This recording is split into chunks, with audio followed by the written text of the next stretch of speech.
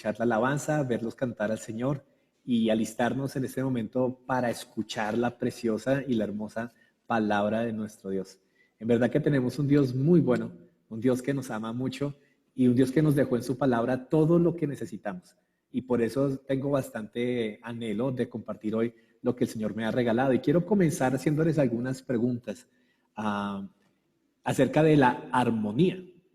Entonces voy a escoger aquí de pronto alguna familia que tengo aquí en pantalla. No sé, familia Belandia, Alexander. No sé si tú puedes contarnos. Ay, lo tenía, ya estaba acomodado y lo hice parar. Para ti, ¿qué es la armonía, Alex? Defíneme la armonía, por favor. Me la pone difícil, pero bueno. Buenos días, Cristian. La armonía es, pues yo lo veo como en un grupo de, digamos, en un musical, que todos lleven con el mismo compás, que todo se escuche bonito, que todo vaya sincronizado, ¿sí? Que no vaya a estar fuera de foco, fuera de todo. Pienso que es eso. Excelente, gracias, Alex. Muchas gracias. Ah, una persona más que me ayude con la definición de armonía. De pronto veo aquí la familia Muñoz. Familia Muñoz, ¿alguno de ustedes nos podría regalar una pequeña definición de qué es la armonía? ¿Qué es la armonía para ustedes? Un equilibrio, la proporción adecuada. No te escuché muy bien. Un equilibrio, una relación de paz, concordancia. Excelente, gracias, muchas gracias. Bueno, hoy quiero hablarles acerca de la armonía en general. Les quiero hablar de la armonía de la humildad, de un pasaje precioso que a mí me ha marcado grandemente, que se encuentra en el capítulo 2 del libro de Efesios, Efesios 2, 1 al 11. Si tienen sus Biblias a la mano, les voy a pedir que se dirijan a ese pasaje, porque la armonía es, como lo vamos a ver, algo muy importante que Dios quiere enseñarnos en este pasaje. La armonía tiene que ver con esa manera en la cual cosas que son distintas trabajan hacia un mismo sentido. En la música, la armonía se da cuando tenemos diferentes voces. No sé si la han escuchado, cuando hay una voz que va arriba, una voz mediana, una voz abajo. Cada voz separada suena bonito, están entonadas, lo hacen muy bien, pero cuando esas tres voces se juntan y están cantando todas al mismo son, en el mismo sentir, eso da armonía y llena, y la música se siente aún más fuerte, más bonita, porque están trabajando juntos. Esa es armonía. La armonía es algo que resalta las diferencias de cada una de las partes, pero las pone a trabajar juntas para hacer un mejor trabajo. Y es lo que Dios quiere que nosotros aprendamos hoy, la importancia que hay en la armonía. Hay tres puntos que quiero que miremos en el pasaje del día de hoy y quiero que los tengan en mente porque los vamos a ir desarrollando en los siguientes minutos. Lo primero es la petición que hace Pablo en este pasaje de Filipenses. En la carta de Filipenses, recuerden que él se encuentra en la cárcel, él está guardado, como lo estamos de pronto muchos de nosotros en este momento, él no ha salido por mucho tiempo y está escribiéndole la carta a los filipenses porque le mandaron una ofrenda que le ayuda grandemente. Él está escribiendo agradeciendo esa ofrenda, pero dándoles algo más. Y en el corazón de Pablo y en el corazón de esta carta, de hecho, se encuentra este pasaje. Este pasaje es para mí el corazón de esta carta. Acá se desprenden los demás temas de la carta de Filipenses. Y en esta carta Pablo hace una petición, un ruego. De pronto uno pensaría, va a pedir algo más financiero, va a pedir que le envíen más recursos, va a pedir que le envíen ayuda de alguna manera, pero no, eso no es lo que Pablo está diciendo en este pasaje. Él les da una petición muy sencilla, les dice, por favor, tengan armonía. Por favor, tengan armonía. Recuerden, ese es nuestro primer punto. Lo primero que Pablo le está pidiendo a la iglesia y lo que hoy Dios quiere pedirle a la iglesia de Vida Nueva es, por favor, tengan armonía. Pablo va a comenzar con esa petición y luego de eso les va a decir cómo. Bueno, Pablo, ¿y cómo tenemos armonía? Y la respuesta de Pablo es bien interesante. La respuesta de Pablo es ¿cómo? A través de la humildad. ¿Cómo va la iglesia de Filipo a tener armonía? ¿Cómo va a tener la iglesia de Vida Nueva armonía? ¿Cómo van a trabajar diferentes personas con diferentes perspectivas y diferentes personalidades como una sola, resaltando la gloria de Dios? A través de la humildad. Y tercero, ¿no me creen? Miren a Cristo. Lo tercero que Pablo les dice en este pasaje es, como les dije ahorita, por favor, tengan armonía. ¿Cómo? A través de la humildad. Y si no me creen, entonces miren a Cristo. Miren lo que Cristo está haciendo. Les quiero pedirles el favor que me acompañen para leer este pasaje. Y me gustaría mucho que lo leyéramos juntos. Le voy a pedir el favor a otra familia. Ahí veo a Steven López. Steven, voy a colocar el pasaje aquí en pantalla. ¿Tú me podrías colaborar leyendo esos 2 primeros versículos? Claro. Por tanto, si hay algún estímulo en Cristo, si hay algún consuelo de amor, si alguna comunión del Espíritu, si algún afecto y compasión, haced completo mi gozo, siendo del mismo sentir, conservando el mismo amor, unidos en espíritu, dedicados a un mismo propósito. Muchas gracias. Sigo leyendo. Dice, nada hagáis por egoísmo o por vanagloria, sino que con actitud humilde cada uno de vosotros considera al otro como más importante que a sí mismo, no buscando cada uno sus propios intereses, sino más bien los intereses de los demás. Haya pues en vosotros esta actitud que hubo también en Cristo Jesús, el cual, aunque existía en forma de Dios, no consideró el ser igual a Dios como algo que aferrarse, sino que se despojó a sí mismo, tomando forma de siervo, haciéndose semejante a los hombres, y hallándose en forma de hombre, se humilló a sí mismo, haciéndose obediente hasta la muerte y muerte de cruz. Por lo cual, Dios también le exaltó hasta lo sumo y le confirió el nombre que es sobre todo nombre, para que al nombre de Jesús se doble toda rodilla de los que están en el cielo y en la tierra y debajo de la tierra, y toda lengua confiese que Jesucristo es Señor, para gloria de Dios Padre. Amén. Qué bendita es la palabra del Señor. ¿Me podrían acompañar una vez más pidiéndole a nuestro Dios que coja este pasaje y lo meta en nuestra alma y en nuestro corazón y nos abra la mente para poder entenderlo? Acompáñeme por favor orando una vez más. Padre, nos acercamos a tu palabra con reverencia, con respeto, pero también con curiosidad, con deseo, con ganas de escucharte, con ganas de que tu Espíritu Santo abra los ojos de nuestro entendimiento para que podamos ver las maravillas de tu ley. Con anhelo, Padre Santo, de que tú seas el que hoy coja este pasaje y no solamente nos permitas entenderlo intelectualmente, sino que si hay un reto hoy, Señor, algo que tú quieras rearguir en nosotros, algo que está mal en nuestras vidas, tú lo corrijas. Si hay algo nuevo que no entendíamos, Señor, enséñanos para poder tenerlo, mi buen Señor. Corrige nuestro camino, instrúyenos a través de lo que tú quieres que hagamos y que sigamos. Te confesamos, Señor, que somos pecadores, que necesitamos de tu Espíritu aún para entender tu palabra. Y te pido por mis hermanos, allí en sus hogares, darles la fortaleza, la concentración, el interés y el amor para escuchar tu palabra hoy de tal manera que les anime, que les conforte y que les ayude, mi buen Señor, a vivir más cerca de ti. Guíanos, pon tus palabras en mi boca, te lo pido, en el nombre de Cristo Jesús. Amén. Muy bien, examinemos entonces este pasaje versículo por versículo. Vamos a hablar de los primeros 2 versículos. Y en los primeros 2 versículos nos encontramos con que Pablo, como les decía, está haciendo una petición a estas personas. Les está diciendo, por favor, tengan armonía. Y si miramos el pasaje con detalle, vamos a encontrar algo muy curioso.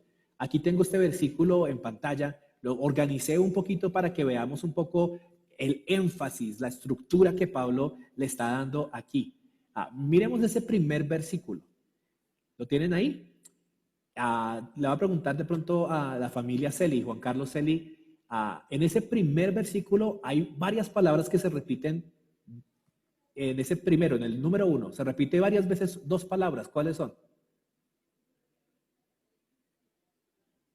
Sí hay. Te leí los labios, Juan Carlos, porque estaba el micrófono apagado, pero te los leí. Sí hay. Sí, señor. Si hay algún, Ajá. señor. Ajá, muy bien. Si hay algún. Entonces, fíjense en esto. Acá se repite 1, 2, 3, 4 veces. Si tomamos el último que está acá, 4 veces tenemos repetido este condicional, esta idea de si hay algún. Esto es bien interesante. Fíjense que Pablo empieza dando un argumento. Él va a pedir, No sé si ustedes planean cuando van a pedir algo. Cuando yo le iba a pedir algo a mi papá cuando era pequeño, yo le pedía planeando. O sea, ok, primero tengo que decirle a papá, papá, mira, ya arreglé el cuarto, ya limpié esto, ya hice mis tareas, y como ya hice todo esto, entonces, ¿será que puedo salir con mis amigos a cine? Y ese era como el plan, como el argumento para que me cediera esa petición que yo le iba a hacer. Pablo les va a hacer una petición muy fuerte a los filipenses. Así que empieza dándoles un argumento y recordándoles por qué les va a pedir. No me vayan a negar esto porque hay razones por las cuales yo le estoy pidiendo esto. Y fíjese que las primeras 4 cosas que Pablo menciona en este versículo es esto. Si hay algún ¿qué? Estímulo en Cristo. Luego, consuelo en amor. Luego, comunión del Espíritu. Y finalmente, afecto y compasión. Hay que explicar algo de este pasaje que es muy bonito en el idioma original, en el griego.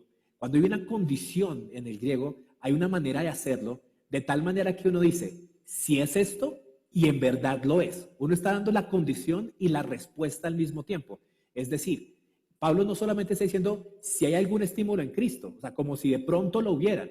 No, con esta manera de decirlo, la manera en que lo escribe, Pablo está diciendo si hay algún estímulo en Cristo y en verdad que lo hay, o sea, ustedes lo tienen, si hay algún consuelo de amor y ustedes han sido consolados, si hay alguna comunión del Espíritu y estoy seguro que ustedes disfrutan la comunión del Espíritu, si hay algún afecto y compasión, entonces hagan lo siguiente que les voy a decir. Y es importante que lo escuchemos hoy, iglesia. Es muy importante que escuchemos lo que Pablo está diciendo acerca de la congregación de Filipos. ¿Saben por qué? Porque esto es cierto acerca de la congregación de Vida Nueva.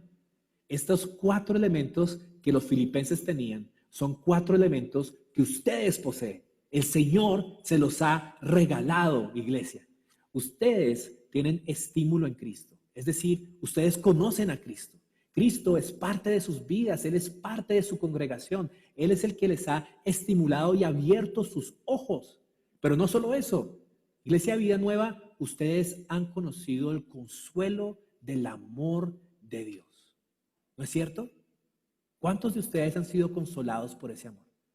¿En cuántas situaciones Dios se ha presentado a ustedes y les ha consolado a través del amor que tiene constante por nosotros? En este tiempo de dificultad y de cuarentena, ¿cuántos no hemos sido consolados por el amor? Así que Cristo está ahí, nos ha estimulado. Él es el que nos ha dado vida nueva a todos nosotros. Dios nos ha consolado con su amor completo. Y todos nosotros tenemos la comunión del Espíritu. Comunión del Espíritu. Si algo me une a mí con ustedes, no es ni la localidad, ni la nacionalidad, ni tampoco el hecho de que seamos de aposento alto. Lo que más me une a mí con ustedes como iglesia es que usted y yo tenemos el mismo Espíritu. Y qué bonito, aquí tengo en mi pantalla el cuadro con todos ustedes, todas las fotos y los nombres de la iglesia en este momento. Y puedo decir que cada uno de ustedes está unido por el Espíritu de Dios. Ustedes tienen esa común unión en Él. Todos tienen el mismo espíritu. Yo no creo que Gloria Reina tenga un espíritu diferente al de la familia Solano. No creo que la familia de Daniel Ávila tenga un espíritu diferente al de la familia Franco. O que Joaquín Solano y Nicole Muñoz tengan 2 espíritus diferentes. No. Todos los que estamos acá tenemos el mismo espíritu de Dios. Entonces tenemos una común unión en Él. Y todos nosotros tenemos afecto y compasión. Es ese último pedacito. Ese afecto y compasión no es afecto y compasión que nosotros demos. Es el afecto y la compasión que hemos recibido. Lo hemos recibido de parte de Dios. Nosotros hemos sido beneficiarios del afecto y la compasión de parte de Dios. Entonces, fíjense cómo es ese argumento de parte de Pablo. Pablo les está diciendo aquí a los filipenses, ¿ustedes han recibido todo esto? La respuesta es sí, claro que la hemos recibido. Hemos recibido ese amor, hemos recibido ese consuelo, hemos recibido esa comunión y ese afecto y compasión de parte de Dios. ¿Qué hacemos, Pablo, con todo eso que nos ha dado Dios? Aquí pasamos al segundo versículo. Y quiero que observe ahora el segundo versículo para que se fije en qué está haciendo énfasis Pablo en este pasaje.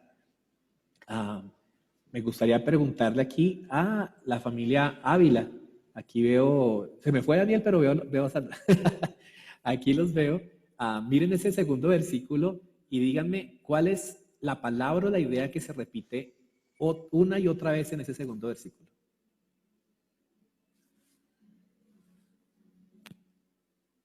Un mismo Muy bien, muy bien. sentir, Punto. mismo propósito. Exacto, muy bien. Entonces, fíjense ahora en este paso. Cuando Pablo dice sí, sí, sí, sí, entonces hagan esto. Hagan completo mi gozo. Esto es una petición para mí fuerte de Pablo. O sea, fíjense qué fue lo que pasó. Los filipenses amaban a Pablo. Los filipenses querían que Pablo estuviera bien. Estaban preocupados porque lo habían puesto en la cárcel. Imagínense, hermanos, que de pronto alguno de ustedes está predicando el evangelio, alguien de su iglesia está predicando el evangelio y lo cogen y lo meten a la cárcel por esa razón. Y ustedes le envían una canasta de amor, una ofrenda con el tal de animarlos. Y esa persona les dice, muchas gracias por lo que me mandaron. Si en verdad me quieren animar, hagan esto. Y eso es lo que Pablo está diciendo. Pablo les está diciendo, gracias por su ofrenda, gracias por lo que mandaron, pero si ustedes han recibido todo esto de Dios, hagan completo mi gozo de esta manera. Y como lo dijo Daniel, acá se repite esta idea una y otra vez. Un mismo sentir, mismo amor, mismo propósito. Y en el sándwich de todo eso, unidos en espíritu. Unidos en espíritu. Entonces, ¿cuál es la idea central en este versículo? ¿Qué es lo que hace completo el gozo de Pablo? ¿A qué nos debe llevar el haber recibido el estímulo de Cristo, el consuelo, el amor, la comunión del Espíritu y el afecto y la compasión que Dios nos da? Todo lo que hemos recibido de Dios nos debe llevar a una situación donde compartimos, donde tenemos unidad, donde tenemos armonía. De hecho, la palabra que escribe aquí unidos, esta palabra unidos, tiene que ver con la idea de la armonía. Entonces, hay una armonía, hay un sentir de que somos diferentes, pero trabajamos en un mismo propósito, en diferentes áreas que se muestran acá. Fíjense que el primero es el mismo ¿qué? Sentir. Y sentir acá no se refiere a emociones solamente. El mismo sentir tiene que ver con la misma actitud, el mismo pensar. En otras versiones también lo puede decir de esa manera. Entonces, ese mismo sentir quiere decir que como iglesia, como congregación, debemos procurar una unidad en la manera en la cual nosotros nos proponemos las cosas, en la manera en la cual nosotros, o hacia el camino hacia donde nos dirigimos. Hay una unidad que no quiere decir uniformidad. Y yo quiero resaltar eso acerca de la armonía. La iglesia refleja el carácter de Dios, el carácter de Cristo. Y nuestro Dios es un Dios trino, que es Padre, Hijo y Espíritu Santo. Son tres personas, un mismo Dios, pero tres personas distintas. Hay una unidad, pero al mismo tiempo hay una diferencia, hay una pluralidad, hay una diversidad. La iglesia tiene lo mismo. La iglesia tiene la capacidad de tener personas que tenemos diferentes talentos, diferentes dones, diferentes personalidades, diferentes maneras de hacer las cosas. Una manera hermosa es como nosotros tenemos diferentes directores y cada culto puede tener un giro o una expresión diferente porque tiene una manera diferente de hacerlo. Pero en medio de esas diferencias tenemos que guardar la armonía, teniendo ¿qué? Un mismo sentir, un mismo propósito, una misma manera de pensar. Al mismo tiempo hay un mismo ¿qué? Amor, conservando el mismo amor. Y hay que conservarlo, no porque nosotros lo produzcamos, sino que Dios nos los da. Dios nos da ese amor a todos nosotros. Es Dios quien en su soberanía a cada uno de ustedes los ha llevado a la iglesia en la cual se encuentran hoy congregados. Y Dios quiere que ese amor que les entregó, con el cual los llamó a participar en la iglesia, ustedes lo conserven y lo hagan unidos en el Espíritu de Dios. Y me encanta esta última frase, dedicados a un mismo propósito. Dedicados a un mismo propósito. Es decir, que cada uno de ustedes esté trabajando fielmente, diligentemente, con todas sus fuerzas para cumplir el propósito que Dios le ha regalado a la iglesia de Vida Nueva. Y esa es nuestra primera petición. Los primeros 2 versículos. ¿Recuerdan qué es lo que dijimos? Perdón. ¿Recuerdan qué es lo que dijimos que Pablo está haciendo acá? Está haciendo una petición. ¿Qué les dice? Por favor, guarden la armonía. Por favor, tengan la armonía. Y es muy fácil decirlo, ¿cierto? Es muy fácil decir, bueno, hermanos, únanse, tengan armonía, háganlo bien. Y uno dice, bueno, está bien, pero ¿cómo lo hacemos? ¿De qué manera, si somos diferentes? ¿De qué manera si pensamos diferentes? ¿De qué manera si tenemos personalidades diferentes? ¿Cómo guardamos nosotros la armonía? Y es una buena pregunta. Y por eso creo que Pablo la responde con tanto detalle en la siguiente sección de nuestro mensaje. Dice, ¿cómo? A través de la humildad. A través de la humildad. Quisiera que leyéramos este versículo, los versículos 3 y 4. No los veo en pantalla, pero familia Maecha, si pueden abrir su micrófono y leernos esos versículos 3 y 4, se los agradecería mucho. Familia Maecha.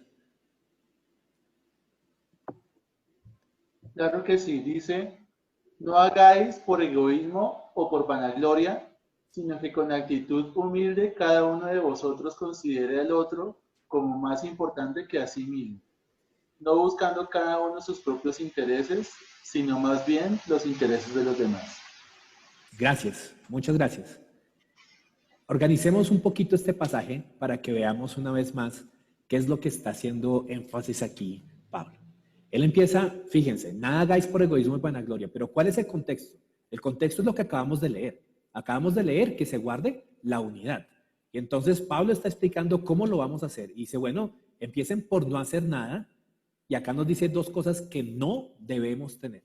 2 actitudes que no deben estar en el corazón del creyente si en verdad quiere guardar la unidad en medio del pueblo de Dios. No debe haber en nosotros egoísmo ni vanagloria. Esas 2 palabras tienen algo en común. ¿Sí lo notan? El egoísmo y la vanagloria, ¿en quién se encuentran centrados? En nosotros, ¿cierto? ¿Qué es el egoísmo? El egoísmo significa un énfasis exclusivo en mis deseos sin importarme ni interesarme los deseos de los demás. Eso es egoísmo. Vanagloria significa realizar las cosas de tal manera que busco mi propia exaltación y mi propio beneficio frente a todo lo que hago. Entonces, lo primero que Pablo nos expresa acá son 2 cosas, 2 condiciones que no deben existir en la vida del creyente si desea buscar armonía. No puede ser egoísta, es decir, no puede centrarse exclusivamente en sí mismo. Y no puede ser vanaglorioso, es decir, no puede buscar el beneficio y la gloria exclusiva suya. Y esto es tan importante que lo pensemos, hermanos, porque cuando uno lo dice así, ninguno de nosotros dirá, uy, pero sí, yo no soy tan egoísta, yo no soy tan vanaglorioso. Pero esto está en el corazón de las diferentes diferencias, disputas y de la falta de armonía que a veces tenemos entre nosotros. Surgen porque en algún momento nos centramos en nosotros mismos. Nuestra vida, nuestro ministerio o nuestra manera de relacionarnos con nosotros se vuelve egocéntrico, gira hacia alrededor mío. Yo pienso es en mí.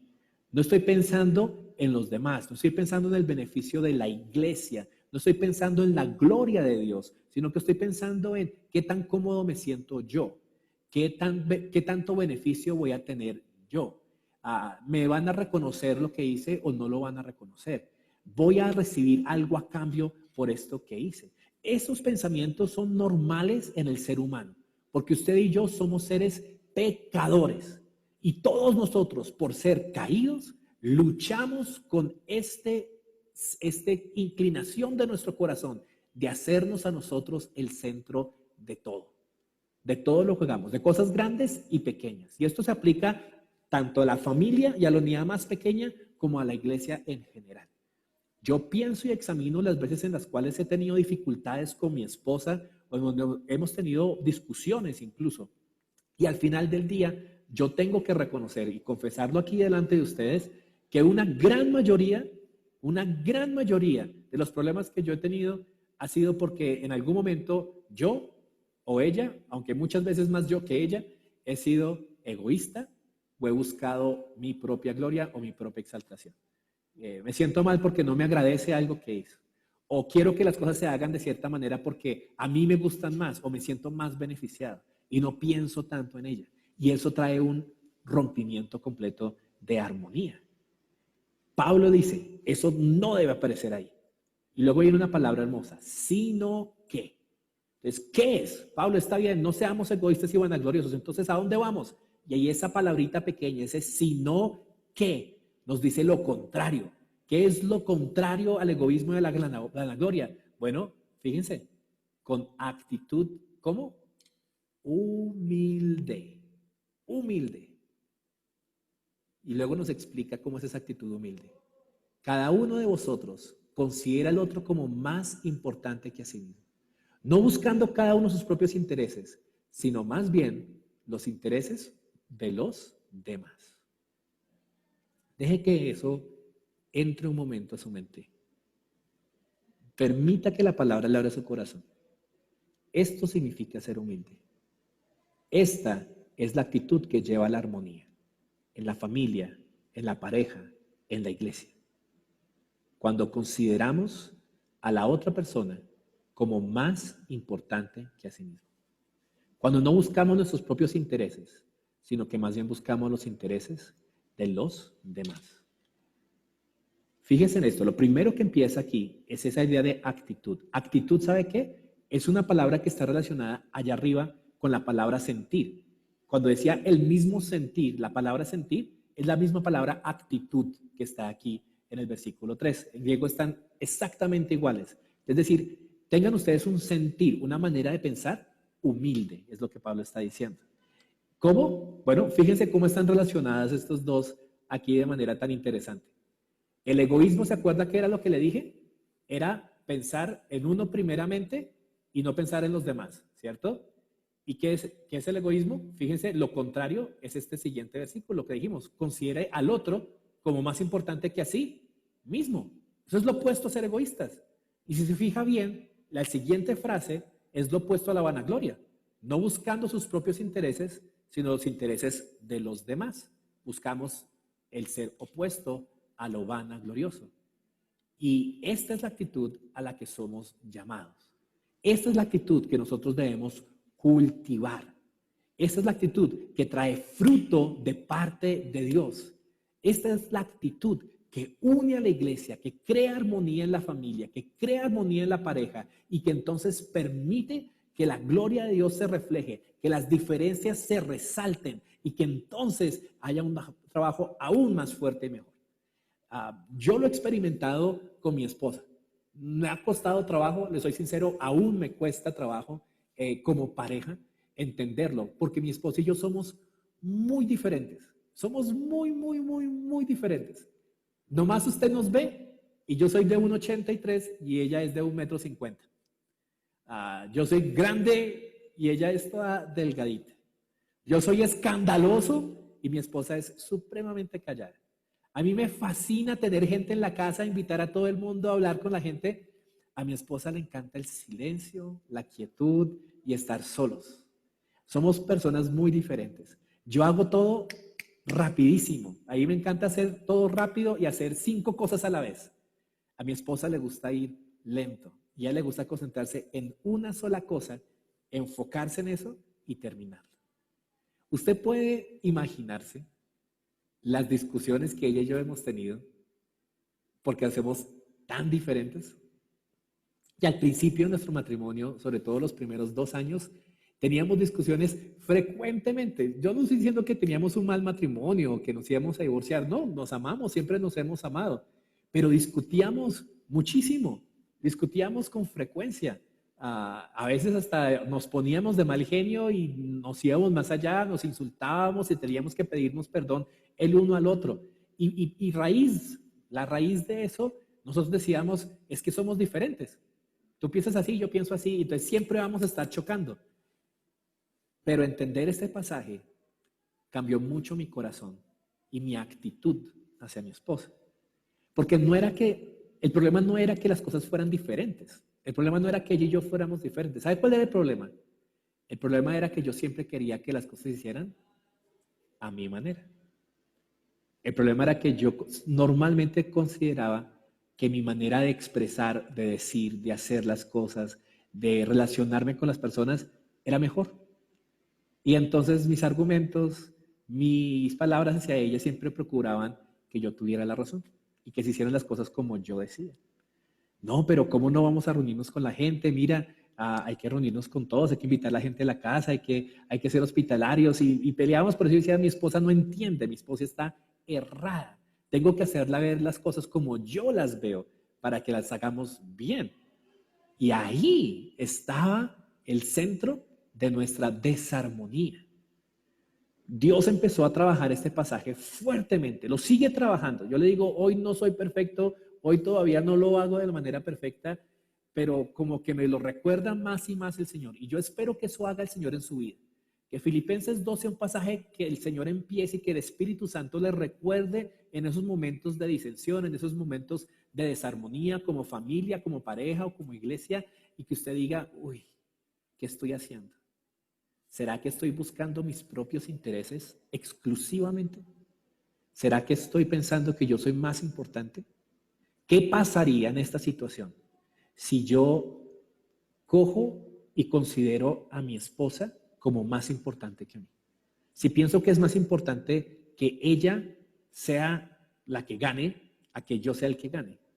¿Qué pasaría si yo no pienso en mis propios intereses, sino que pienso en los intereses de la otra persona y busco que esos intereses se cumplan? ¿Qué pasaría si hago eso en esa situación?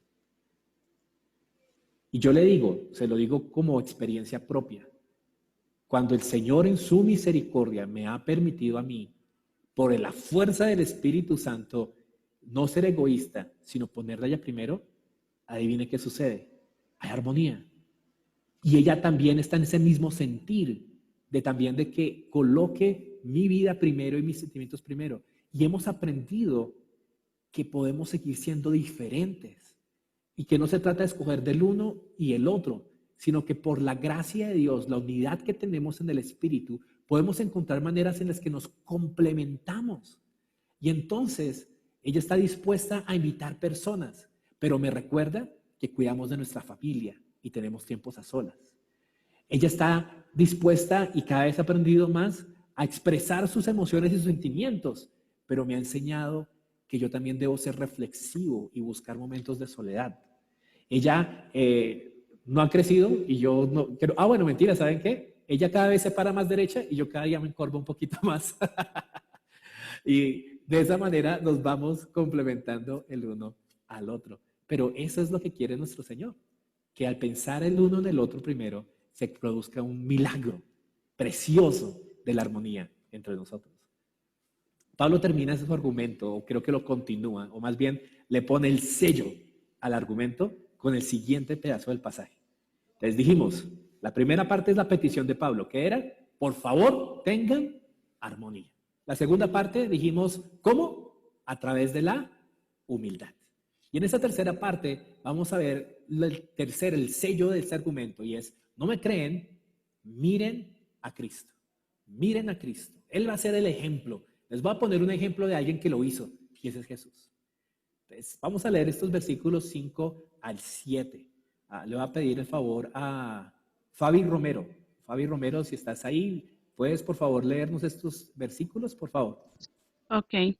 Haya pues en vosotros esta actitud que hubo también en Cristo Jesús, el cual, aunque existía en forma de Dios, no consideró el ser igual a Dios como algo a que aferrarse, sino que se despojó a sí mismo, tomando forma de siervo, haciéndose semejante a los hombres. Excelente, muchísimas gracias. Este es un precioso pasaje. Yo sé que este lo conocen más, lo han escuchado en la cena muchísimas veces. Así que no voy a profundizar mucho esta mañana en este pasaje, aunque merece la pena y podríamos hacer un sermón completo solamente de él. Pero quiero que miren lo que Pablo está diciendo, cómo usa Pablo este ejemplo. Normalmente nosotros hablamos de ese pasaje y lo separamos del contexto, como que no tomamos los versículos anteriores. Pero Pablo está usando este pasaje para expresar algo muy importante con respecto a la humildad y a la armonía. Empecemos por la primera frase. Haya pues en vosotros esta ¿qué? Actitud. ¿Se acuerdan de esa palabra actitud? ¿Dónde la vimos antes? La vimos en los versículos anteriores, ¿cierto? Tengan la actitud humilde. Y ahora Pablo dice, tengan esta actitud. ¿Y se acuerda que les dije que en el versículo 2 el mismo sentir es la palabra actitud? Así que Pablo está hilando, está uniendo las actitudes. La actitud del creyente debe ser la actitud de Cristo. La actitud humilde es la actitud de Cristo Jesús. ¿Qué hizo Cristo? Bueno, fíjese conmigo en cómo Pablo resalta algunas cosas acá. Primero, la actitud la tuvo Cristo Jesús. Recordemos quién es Él. Cristo Jesús es Dios mismo y existía en forma de Dios y era igual a Dios. Usted y yo no alcanzamos a comprender lo que eso significa. La gloria de Dios es algo que usted y yo no podemos meter en nuestra cabeza, pero hagamos el intento. Imagínese vivir en una dimensión donde no existe el dolor, la angustia y el pecado. Imagínese que la relación que usted tiene con usted y el Padre y el Espíritu es perfecta, armoniosa, hay un amor continuo, hay gloria celestial. Todo es perfecto. La creación entera alaba su nombre. Los ángeles están dispuestos a servirle constantemente. Se encuentra en la posición de honra y de gloria más grande que puede existir.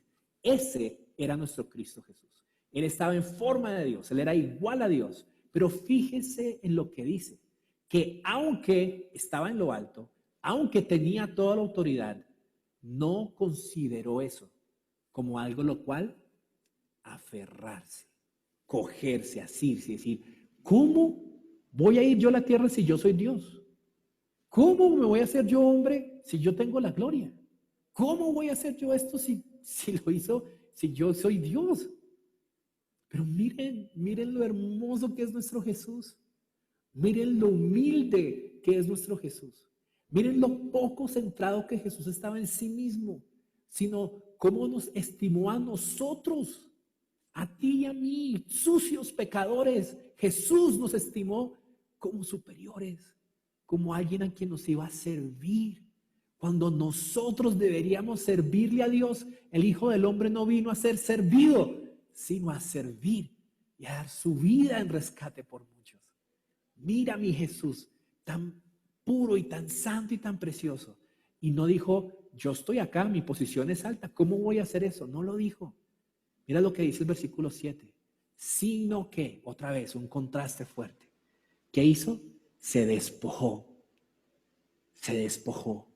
se quitó, puso a un lado esa gloria, esa exaltación, ese ser servido. ¿Y qué hizo? Tomó la forma de siervo.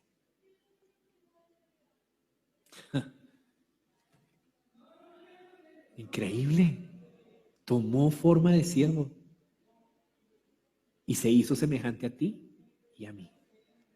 Y comienza una espiral que desciende, porque no paró ahí. Está aquí en lo alto, en el cielo. Luego dice que se hizo siervo, pero no solamente siervo, porque él hubiera podido venir y servirnos como Dios, pero no, se hizo semejante a nosotros como hombres. Y luego en el siguiente versículo dice, y hallándose en forma de hombre, ¿qué hizo? Mire, siguió bajando. Se humilló a sí mismo, haciéndose obediente hasta la muerte y muerte de cruz. Una y otra vez, Cristo sigue descendiendo. Desciende y desciende desde lo alto, desde ser Dios a hacerse siervo, de ser siervo a hacerse hombre, de ser hombre a padecer una muerte, de morir a morir como un criminal clavado en la cruz. Y ese descenso una y otra vez lo hace por ti y por mí. Eso es ser humilde. Y dime, ¿cuál fue el resultado? ¿Cuál fue el resultado? La gloria de Dios se manifestó. El amor de Dios se derramó a todo el mundo. La justicia de Dios fue satisfecha. ¿Fue fácil para Jesús? No. Y por favor, no me digas, Cristian, pero es que no es fácil ser humilde. Por supuesto, yo sé que no es fácil. ¿Quién dijo que lo tenemos que hacer porque sea fácil? Es difícil. ¿Tú viste cuánto le costó a Cristo? ¿Has visto o has leído de sus lágrimas en el Getsemaní? Sus gotas de sangre, como sangre cayendo sobre la tierra. Él clamándole al Señor diciendo, Dios mío, si es posible, pasa de mí esta copa. Pero no lo que yo quiero, sino lo que tú. Jesús esforzándose, siendo valiente, entregándose, doliéndose, sufriendo por ser humilde, por cumplir el propósito de Dios. Ser humilde no es fácil. Ser humilde es de guerreros. Ser humilde es de valientes. Ser humilde, pensar en los demás, es divino. Es de ser como Cristo. Es el carácter de Cristo en nosotros. Pero eso es lo que logra más frutos que luchar por nuestros intereses, por nuestras ideas, por nuestros gustos. ¿Y sabe qué es lo más bonito? Que hay una promesa de parte de Dios que está regada en toda la Biblia se encuentra. Se repite una y otra vez. ¿Qué dice esto? Dios exalta al humilde, pero al altivo lo mira de lejos. Dios exalta al humilde y al altivo lo mira de lejos. ¿No me cree? Mire a Cristo. Por lo cual Dios también lo exaltó hasta lo sumo y le confirió el nombre que es sobre todo nombre, para que al nombre de Jesús se doble toda rodilla de los que están en el cielo, en la tierra y debajo de la tierra, y toda lengua confiese que Jesucristo es Señor, para gloria de Dios el Padre. Dios exaltó a Jesús. Y así como se humilló y se humilló y se humilló, entonces Dios lo cogió en sus manos y lo levantó, y como por una escalera lo subió y lo resucitó, y luego de resucitarlo lo sentó en la diestra, y luego de sentarlo a la diestra, Dios le dio un nombre por sobre todo nombre, y a ese nombre sobre todo nombre, todo lo que existe, toda creación doblará su rodilla y le exaltará. Dios cumple su promesa. Dios exalta al humilde. Entonces, hermanos, yo creo que nos queda profundamente claro este pasaje. Y yo espero que le quede en su corazón lo que Pablo está diciéndole aquí. Él se lo dijo a los filipenses, pero se lo está diciendo a usted. A usted esposa, a ustedes hermanos. Se lo está diciendo a usted familia. Se lo está diciendo a la iglesia de Aposento Alto Vida Nueva. Por favor, tengan armonía. ¿Cómo? A través de la humildad. ¿No me creen o les falta motivación? Miren a Cristo. Que el Señor nos ayude a buscar esa humildad en nosotros, a que podamos dar ese fruto de armonía y que de esa manera nuestros matrimonios, nuestras familias y nuestra iglesia no solamente le dé gloria a Dios, sino que pueda dar un fruto maravilloso, maravilloso para el Evangelio de Cristo alrededor nuestro. Muchas gracias, familia. Permítanme orar por ustedes y gracias por su atención en este tiempo. Gracias, Rey, por este tiempo de examinar tu palabra, de escudriñarla, de estar aquí reunidos alrededor de ella. Nos enseña, nos reta, nos reargulle, nos corrige, nos instruye, Señor. Yo te pido que tu Espíritu Santo no permita que caiga en balde. Cámbianos. Si alguno de nosotros ha sido egoísta y vanaglorioso, danos la humildad de pedir perdón. Si lo hemos sido con nuestras parejas, Señor, que al acabar el culto podamos hablar con ellas y decirles, perdóname, he pensado mucho en mí. Quiero ser humilde como Cristo. Si lo vemos en nuestra familia, mi buen Señor, si lo vemos en nuestras relaciones con otras personas, ayúdanos, Señor, a cambiar. Y únenos, une a la iglesia de Vida Nueva, une a cada una de sus familias, une a cada una de esas parejas y permite, mi Señor, que la gloria tuya se vea en ellos. En el nombre de Jesús. Amén. Gracias.